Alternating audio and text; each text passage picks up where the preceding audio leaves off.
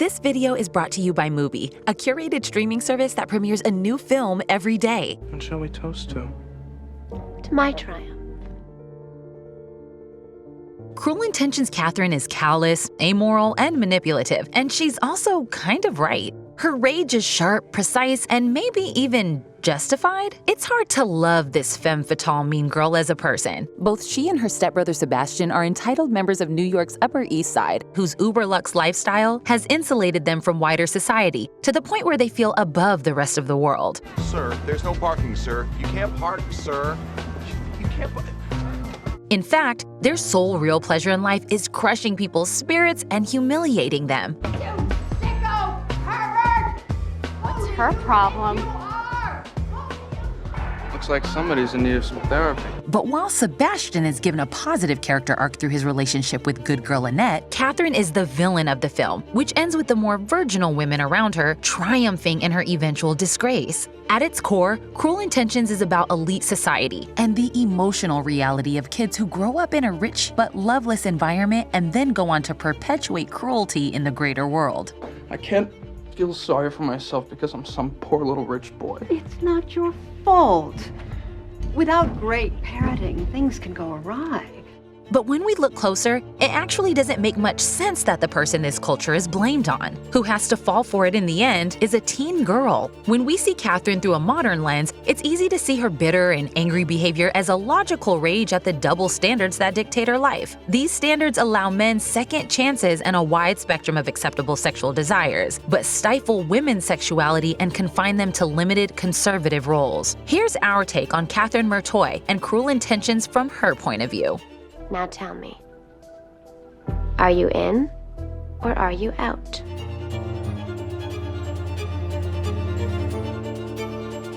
If you're new here, be sure to subscribe and click the bell to be notified about all of our new videos.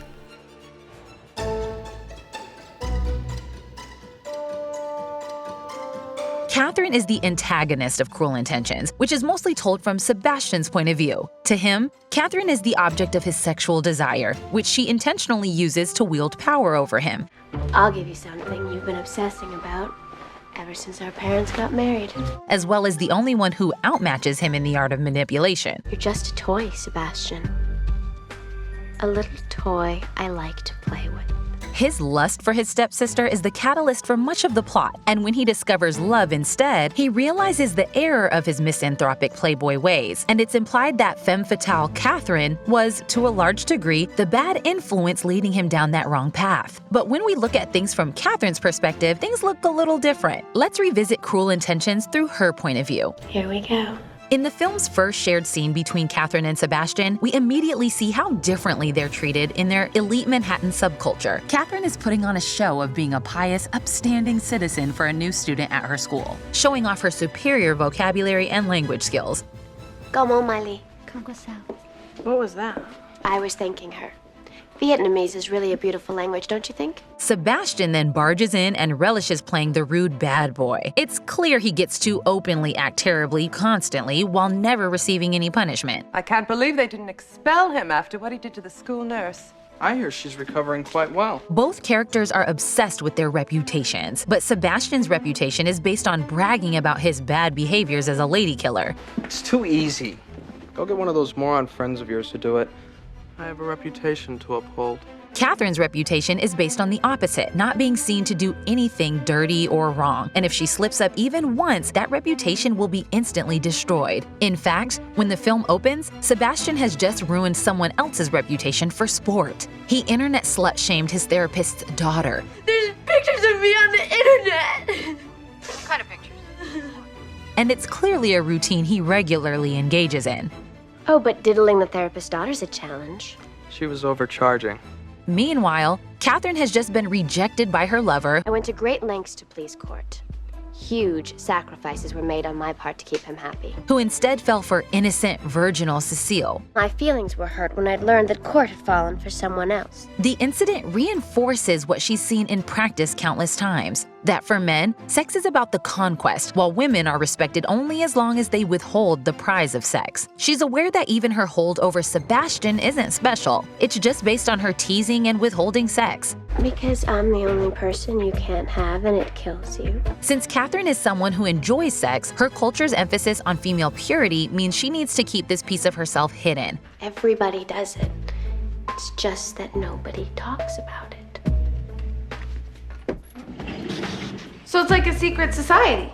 While using the promise or denial of sex as a weapon in her arsenal of manipulation. If you want to continue seeing the world through the eyes of interesting women, check out the Reframing Women Directors series on Mubi. This amazing collection showcases work by women auteurs spanning a vast array of themes, styles, and genres. Not sure where to begin? I recommend Mati Diop's documentary short film Atlantics, about a group of young Senegalese friends as they discuss crossing the Atlantic to get to Europe.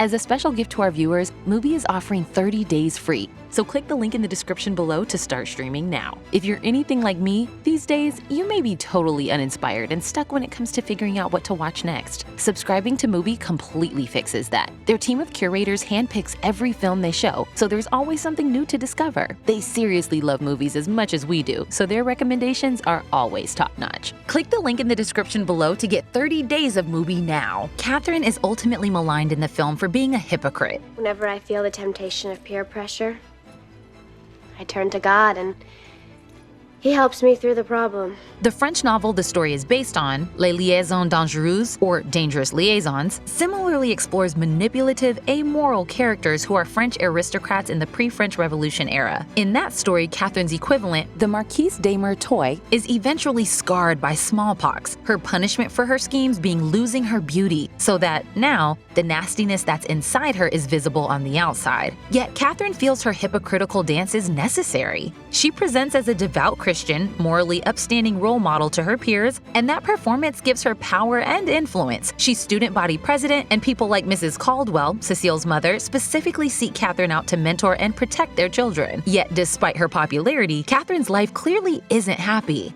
He kept talking about this bulimic head case he dumped over the 4th of July. Cultivating her image comes at a high emotional cost that manifests in an eating disorder, suicidal ideation, and drug use.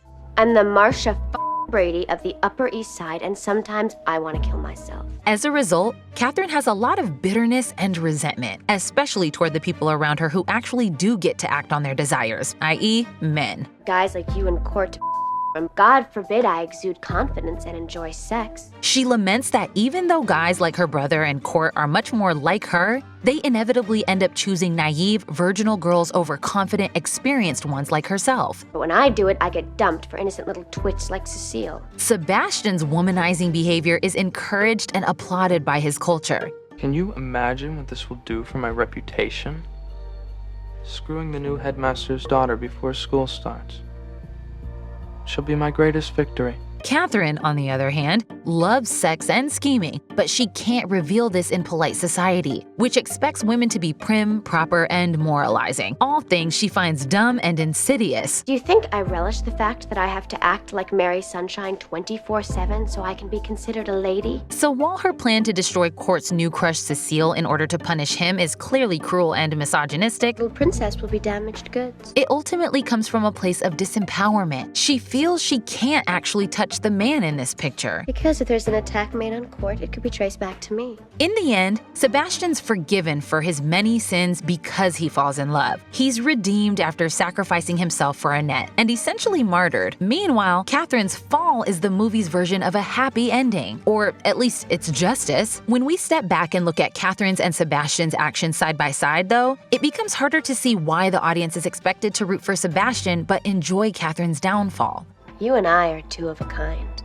At least I have the guts to admit it. Sebastian gives Cecile alcohol without her knowledge and assaults her, blackmails a closeted gay man into tricking a woman into bed with him, and publishes nude photographs online without a woman's consent. This all happens in the span of days. While love supposedly transforms Sebastian, Kathryn isn't necessarily unable to love. We know she fell for Court before the movie started, and seems to be developing some level of attachment to Ronald, but both choose Cecile over her. It seems that the only people who get to be be healed by love in this environment are guys and innocent girls. When Sebastian falls for Annette, Kathryn genuinely seems to feel betrayed. Even if it's not really love between them, they're two peas in a pod. They're themselves with each other, unfiltered and dark in a way they can't be with anyone else. Fire yet? I'm working on it.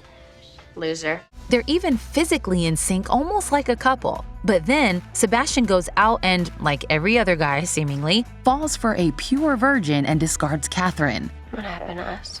You're in love with her. You don't love me anymore. Once he starts falling in love, Kathryn quickly notices that her power over him wanes, and her attempts to manipulate him stop working as well. She plans to have him catch her in bed with Ronald when he comes up to claim his prize, but she miscalculates, as this transparent ploy turns Sebastian off. He rejects her offer of sex, so she angrily confronts him about being in love with Annette and briefly wins by appealing to his vanity. You were gonna leave school a legend. Now you're gonna leave a joke. So that he temporarily breaks up with Annette. But then when he comes back again, ready to make good on their bet, she's expected Ronald, who again casts her aside. You were right. You do get dumped for the innocent little twits. She's hurt in this moment and belittles Sebastian. But unfortunately, I don't losers. But look at her face after this scene. She doesn't actually look happy about how she's torn him apart. Eventually, it comes out that as much as she seems focused on dominating over Cecile or Annette, Kathryn's ultimate game has been to dominate over Sebastian. My triumph isn't over her. It's over you. And this gets at how deeply she envies the life Sebastian gets to lead in this society where he can openly brag about and be celebrated for his sexual adventures. Kathryn doesn't seem to be born into the same level of wealth as Sebastian, too, given that he implies her mother married his father for money. How is your gold-digging whore of a mother? And in the central wager of the film, where she offers him sex if he can sleep with Annette, the prize she wants is his expensive car. That's a 1956 Jaguar Roadster. It's a car that's also associated with imagery of freedom, as we see Sebastian speeding along with the wind in his hair. Kathryn wishes she could be Sebastian, free to drive the destiny of his life, and since she can't, she instead decides to destroy him.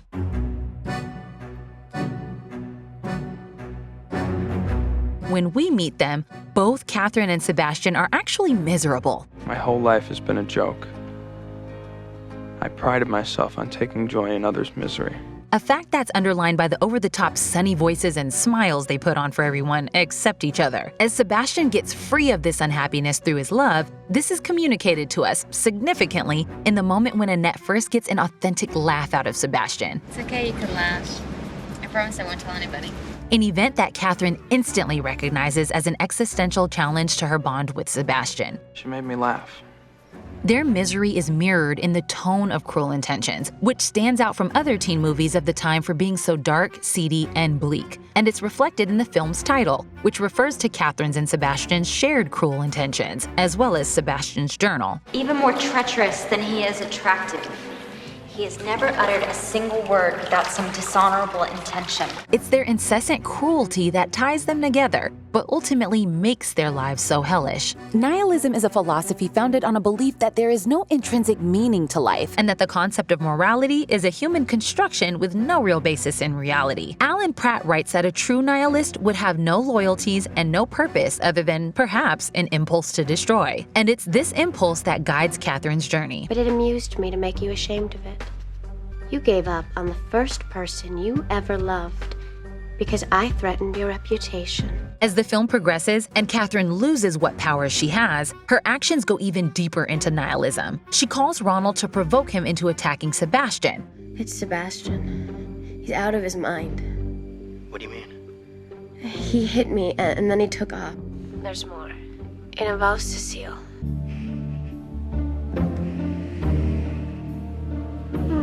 Causing the death of her stepbrother, in the process also killing Sebastian's and Annette's future. Even from the start, there's a nihilistic streak that underpins her flirtatious attitude towards Sebastian in its implicit rejection of the social norms of how brothers and sisters, even stepbrothers and sisters, should treat each other. I'll your brains out. In a life where they're both so devoid of purpose, the taboo that's actually shocking excites them. I'm sick of sleeping with these insipid Manhattan debutantes. Nothing shocks them anymore. Even when Kathryn is destroying a girl like Cecile, despite her nasty intentions, on one level, what she's doing does support her philosophy. Because in Kathryn's mind, the virtue that others prize in Cecile is meaningless. It's just a lack of experience to be quickly destroyed and gotten out of the way en route to a life of sensuality, one of the only pleasures attainable in this life. I'm gonna stick my tongue in your mouth.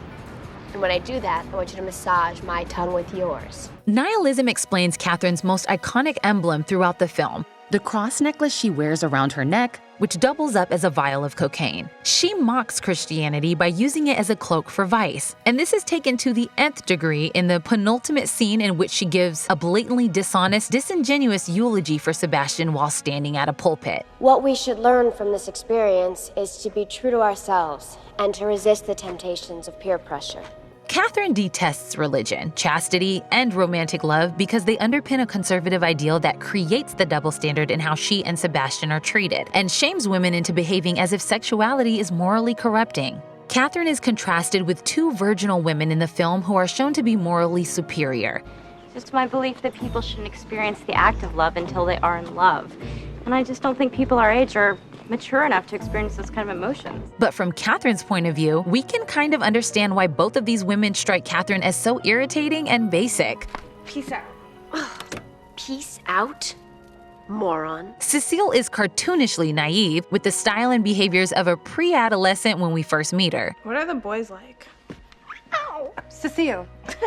Is that all you can think of? She's a lot less observant, educated, and savvy than Kathryn, yet seems to effortlessly attract men purely due to her inexperience. Thus, her inferiority is, to Kathryn, an infuriating reminder of the way her society baselessly glorifies female virginity. When we first meet Annette, she's held up by her society as a paragon of virtue for her public commitment to chastity. I read your manifesto. Most people praise me for it. She's basically the reality of the image that Kathryn is pretending to be and actually despises. Why, I Plan to Wait by Annette Hargrove, Kansas City, Kansas. Jesus Christ, is she for real? As Annette's relationship with Sebastian develops, she breaks her commitment to chastity and her boyfriend Trevor. But this is implicitly celebrated in the film because it comes from choosing love. Their union represents the power of unifying love and sex, which pushes both of them to be vulnerable in ways they haven't before. I can't win with you. It's not about winning, Sebastian. You know what your problem is?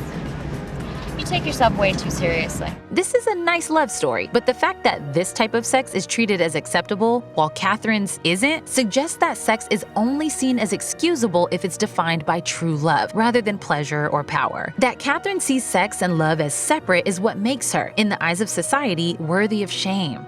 She was lying on the bed, ready to do it, but I just didn't feel right about it. You're telling me you had the chance to f her and you didn't? God, are you a chump?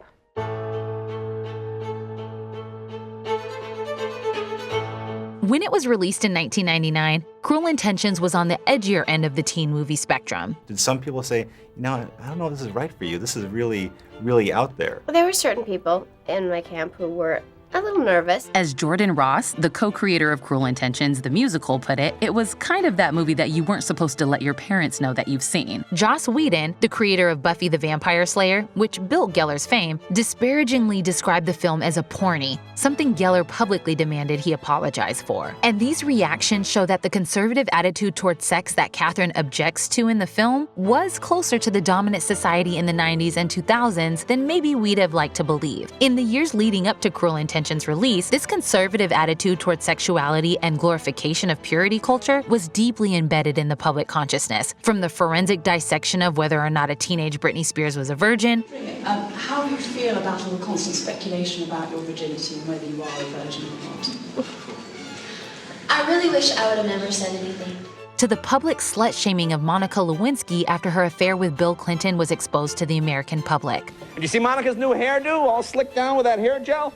At least I think it was hair gel. Cruel Intentions met with controversy in its time. New York Times journalist Stephen Holden called the film an elaborate stunt and an exploitative one. Reflecting on Kathryn's and Cecile's famous kiss 2 decades on, Selma Blair described it as standing for a shift in thinking, saying that today that same kiss wouldn't be shocking at all. While now the idea of sex-positive teen media is more mainstream with shows like Never Have I Ever, Atypical, and Sex Education at the forefront of streaming, 50 Shades of Grey having mainstreamed female erotica, Beyoncé and Doja Cat singing about female pleasure, and celebrities like Dakota Johnson, Demi Lovato, Gwyneth Paltrow, and others launching their own sex toys, it's still something that is politicized and criticized regularly, especially in teens. Cruel Intentions wasn't the only teen movie of the time to try and engage with the sexual conservatism of the time. Reese Witherspoon may here play Angelic Annette, but the year before, she played sexually confident high schooler Jennifer in Pleasantville, who with her brother is transported into a conservative 1950s TV show, where her sex positivity feels completely at odds with society.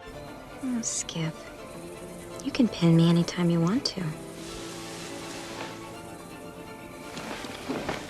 Or maybe I should just pin you. Jennifer is known as Mary Sue in the show, a reference to the Mary Sue archetype that defines a girl as being too good. Exactly the kind of person Kathryn has to pretend to be. But the film's message embraces sexuality, showing that repression just removes things that are good and pleasurable from people's lives through the visual metaphor of everything becoming colorful once characters start having sex. Ironically, Cruel Intentions would be closely followed by the even raunchier American Pie, which spawned a whole franchise and helped redefine the teen movie for the new millennium. Of course, the difference in American Pie is that it's male sexual exploration that is seen as the important rite of passage, while female sexuality is kind of a joke. That's what half of band camp is, sex ed. So, are we gonna screw soon? Because I'm getting kind of antsy. Like a classic femme fatale, Kathryn must be punished in the end for leading a man astray. And when she's finally shamed, her reputation, the thing she cares about most, destroyed, we see the man she doomed, Sebastian, smiling in his picture, as if he's laughing in triumph from beyond the grave. Meanwhile, the light woman, a type often contrasted with the femme fatale, is the one who gets to drive away with the car Kathryn coveted. But also like many femme fatales, before her fall, Kathryn is undoubtedly the most enjoyable thing and the instigator of what most people remember about the movie. Everybody loves me, and I intend to keep it that way. The elaborateness of this teenager's schemes are truly impressive work. I've recently discovered that our good friend Mrs. Caldwell is the one who sent the letter to Annette urging her to stay away from me. Interesting. She's self-possessed, refined, and so many steps ahead of everyone around her. And Kathryn is not without feelings. We see her, multiple times in the story, hurting. She and Sebastian are both numb because they're suffering. It's just that he gets to find someone who really makes him smile, while in the world Kathryn lives in, no one wants to do that for her because she's seen as damaged goods. Perhaps now, our world has caught up with Kathryn in some ways. The things she's angry about, she's right to be angry about, and that anger has propelled a lot of feminist discourse ever since. If the story were rewritten today, Kathryn probably wouldn't be the ultimate villain. To some people, she never was. You don't get to have all the fun. This is The Take on your favorite movies, shows, and pop culture. Thanks for watching, and don't forget to subscribe.